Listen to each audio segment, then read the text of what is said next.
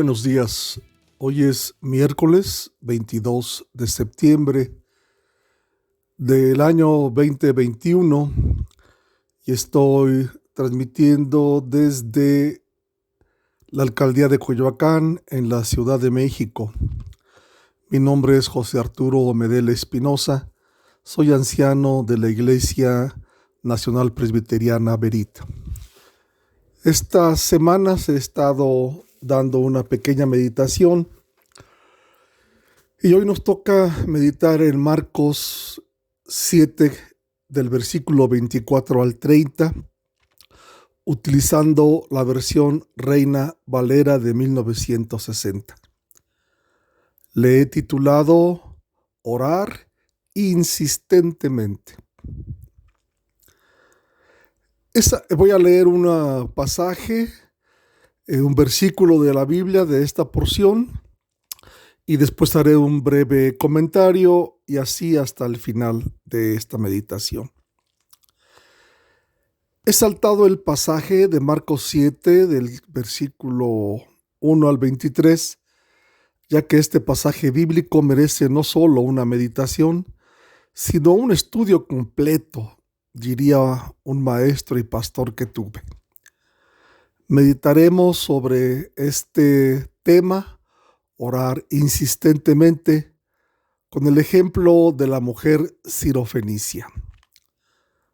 Dice el versículo 24: levantándose de allí, se fue a la región de Tiro y de Sidón, y entrando en una casa, no quiso que nadie lo supiese, pero no pudo esconderse.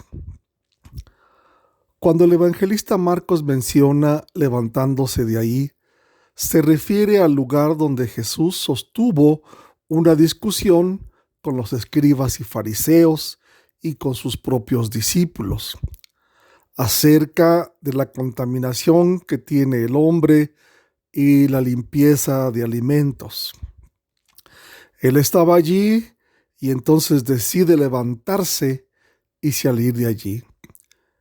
Estaba en la región de Galilea y su mar. Jesús decide encaminarse a una región bastante alejada. Debe cruzar esta región y llegar a la zona gentil de Fenicia, Tiro, Sidón.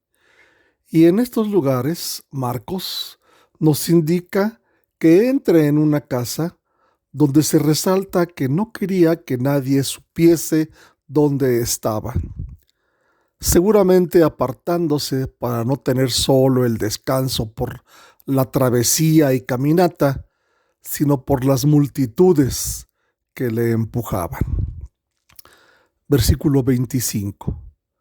Porque una mujer cuya hija tenía un espíritu inmundo, luego que oyó de él, vino y se postró a sus pies. Jesús no logró pasar desapercibido del todo, ya que la palabra ¿por qué? Indica que ya le habían identificado. Y una mujer, de la cual tampoco sabemos su nombre, hace su aparición. Es una madre de la cual resalta la escritura, tenía una hija con un espíritu inmundo. Y luego que oyó de él, vino y se arrodilló a sus pies. Otra vez Marcos resalta que alguien ya había hablado de Jesús y las señales que le señalaban, como alguien que salva y sana. Esta mujer, debemos seguir recordando que solo Dios merece la adoración del hombre o de la mujer. Está postrándose, arrodillándose delante de él en adoración, a los pies de Jesús, pues Jesús es Dios y recibe esta adoración. Versículo 26. La mujer era griega y sirofenicia de nación, y le rogaba que echase fuera de su hijo al demonio. Sí, nos describe Marcos su origen o nacionalidad. Era griega y de la región de Siria y Fenicia, Ciro-Fenicia. Para el judío, todo hombre o mujer que no fuera judío o judía era griego y por lo tanto con un sobrenombre, gentil, y no tenía ninguna parte con el pueblo judío, menos con Jesús. Parece que no era suficiente la adoración que rendía a Jesús, sino que le rogaba. Es decir, insistía en su petición, insistía en su oración. Trataba de que Jesús le respondiera a la petición que hacía, que era que echara fuera del cuerpo y vida de su hijo, de su hija, un demonio inmundo.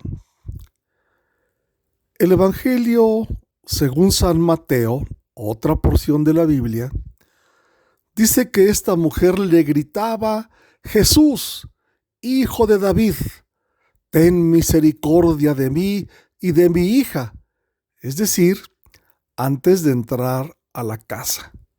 Esto está en el Evangelio de Mateo 15, del versículo 23 al 25. Continúa el comentario. Pareciera una petición digna de respuesta a la primera insistencia, a la primera oración. Así pareciera, pero Jesús no respondió afirmativamente a la primera. De hecho, la respuesta de Jesús es local a los judíos, a su pueblo de origen y no para los gentiles. La ley prohibía a los judíos compartir con los gentiles. Los pueblos, en este caso, griego, cirofenicios, cananeos, filisteos, todos estos nombres gentilicios son para el pueblo origen de esta mujer. Versículo 27. Pero Jesús le dijo: deja primero que se sacien los hijos, porque no está bien tomar el pan de los hijos y echarlo a los perrillos. Los hijos de la casa, es decir, el pueblo judío, es el que primero debe saciarse. Estas palabras deberán, que exclamación, es para llenarse los oídos. Ellos deben hartarse de sobra de la presencia de Jesús, del alimento que es Jesús. Jesús es el pan de vida. Él mismo lo diría de sí mismo en el Evangelio de Juan 6:35. Y todos sus hechos y señales deben ser primero para el pueblo judío y no echarlo a los perrillos. Una gran distinción que menciona Jesús. Este hecho, estas palabras, inspiran a la mujer para el siguiente versículo 28.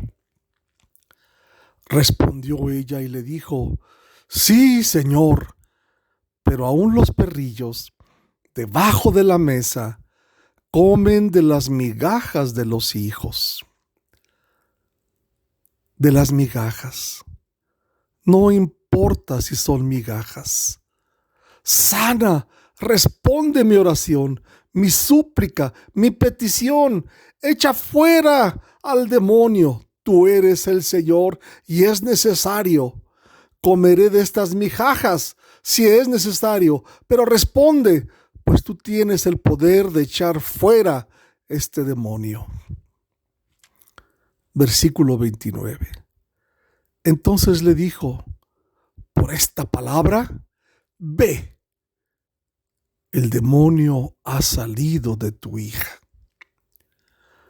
Los gentiles, todos nosotros que no tenemos el origen como pueblo físico judío, también tenemos grandes necesidades de salud espiritual, de salud física y de salvación. Pero igual que el pueblo privilegiado de recibir el alimento hasta quedar saciados, requerimos del pan de vida y ser salvos. ¿Usted también puede creer esto? Versículo 30. Y cuando llegó ella a su casa, halló que el demonio había salido y a la hija acostada en la cama. Este hecho mostrará a esta mujer que había ejercido su fe sin saberlo plenamente, al haber oído de Jesús y de insistir en su súplica, alcanzó no solo comer de las migajas de debajo de la mesa, sino saciarse en la respuesta del Señor, el Señor de la vida, quien puede dar salud y salvación, pero sobre todo salvación.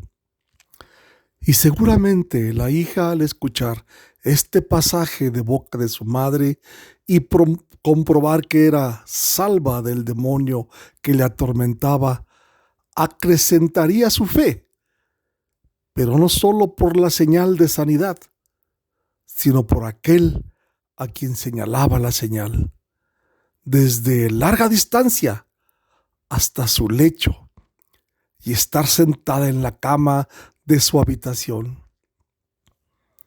No conocemos más, pero Jesús había obrado a favor de ellas y le conocemos ahora más. También nosotros, pueblo gentil injertado. Pablo lo describe en su carta a los Efesios 2:13. Hemos sido injertados en Jesús.